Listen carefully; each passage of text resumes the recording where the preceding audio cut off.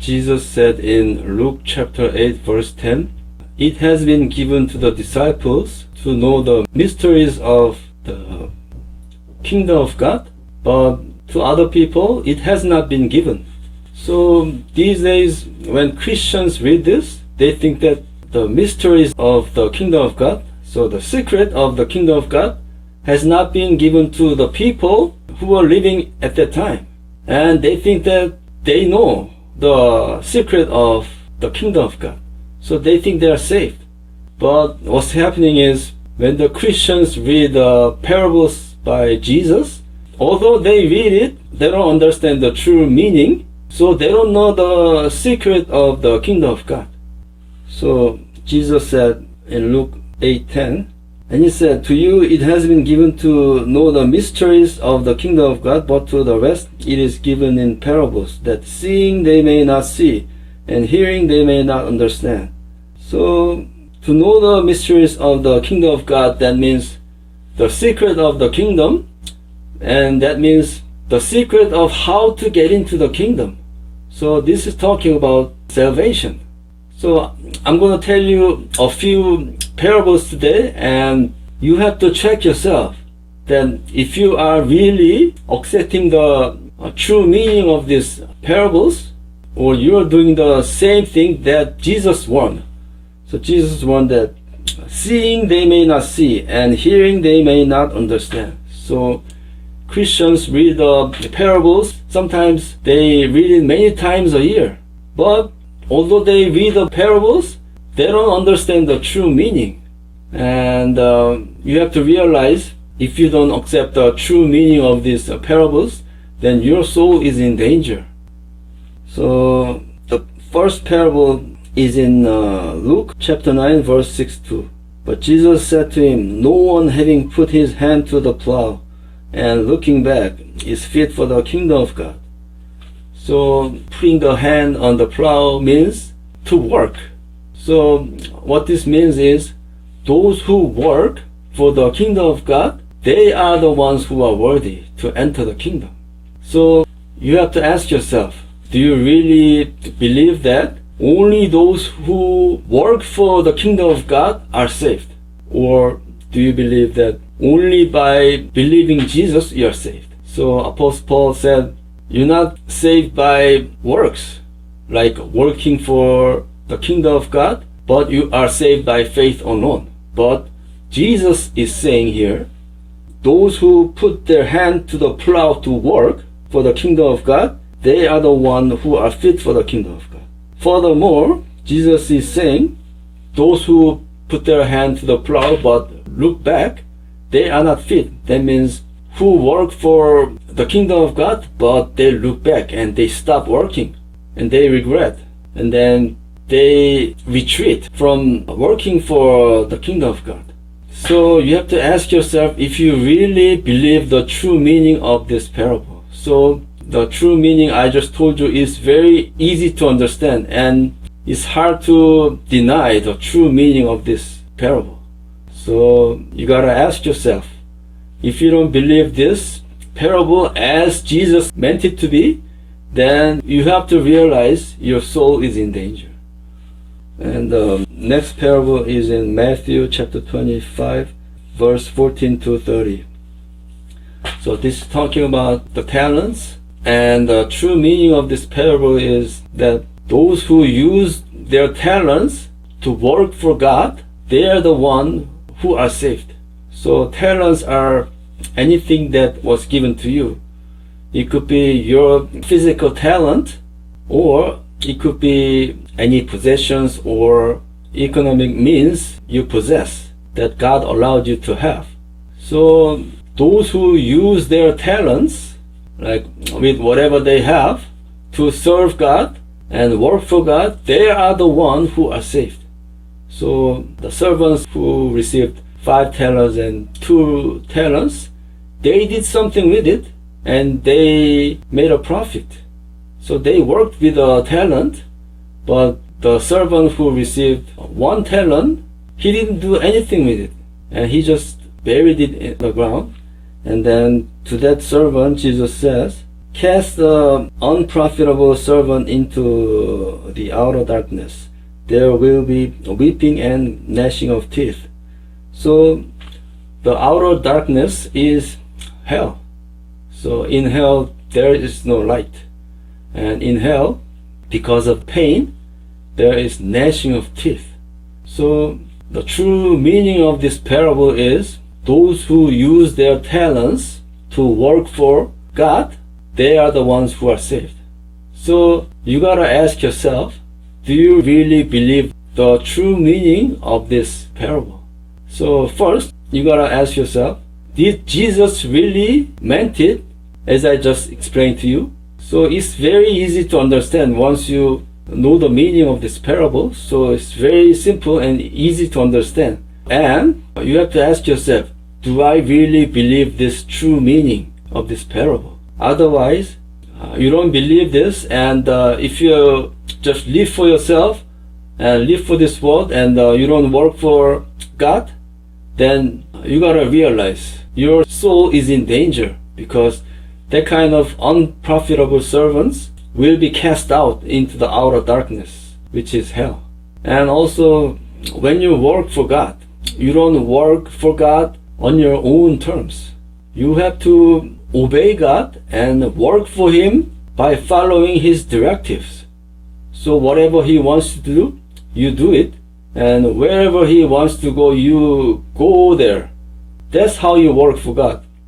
But many Christians these days, although they don't follow Jesus, they haven't denied themselves to follow Jesus, but they just do service in the church and do whatever they want to do in the church, and they think they are working for God.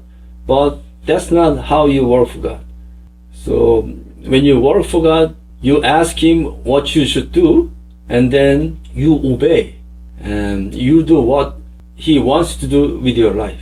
So that's the true meaning of this parable. And the next parable is in Matthew chapter 13, 44 to 46.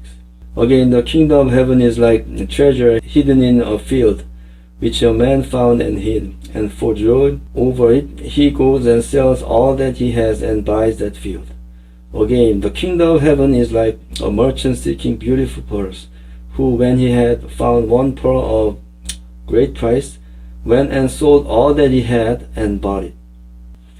So what this parable means is, salvation is something so precious that you gotta buy it with all you have.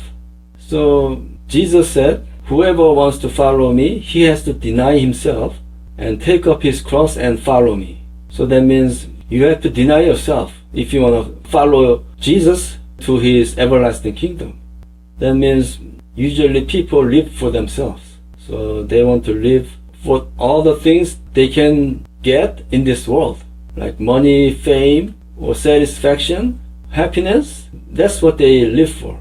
But to follow Jesus, you have to deny yourself. And instead of living for this world, you decide to live for his kingdom. So it's like exchanging this world with his kingdom. So those who truly find his kingdom, they are the ones who really give everything they got to buy the kingdom. So only those who deny themselves and their dreams in this world, and they dedicate their lives to Jesus, only those are the ones who really find salvation and get to live in his kingdom. So that's the true meaning of this parable. So you gotta ask yourself, did I really find the kingdom yet? Am I really living for the kingdom, or am I living for myself? And I'm gonna tell you two more parables, and the next one is Matthew chapter 13 verse 47 to 50. Again, the kingdom of heaven is like a dragnet that was cast into the sea and gathered some of every kind, which when it was full they drew to shore, and they sat down and gathered the good into vessels and threw the bad away. So it will be at the end of the age. The angels will come forth, separate the wicked from among the just, and cast them into the furnace of fire. There will be wailing and gnashing of teeth. So the true meaning of this parable is, this world is going on to separate the good fish from the bad fish. So the good fish is the just, and the bad fish is the wicked. So it says here that the angels will come forth, separate the wicked from among the just.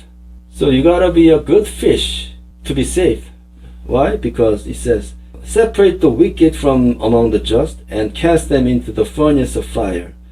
There will be wailing and gnashing of teeth. So furnace of fire means the lake of fire. And there will be gnashing of teeth and wailing in there because of all the pain.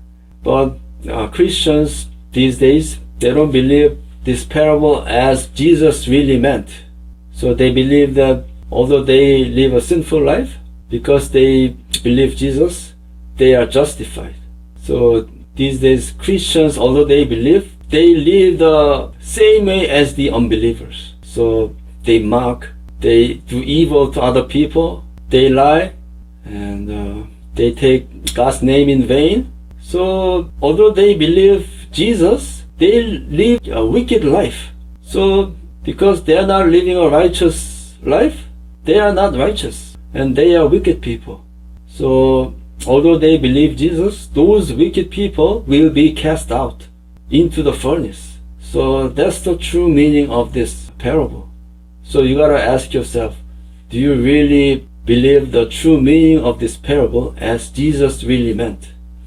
And the last parable is in John chapter 15, verse 5 to 6.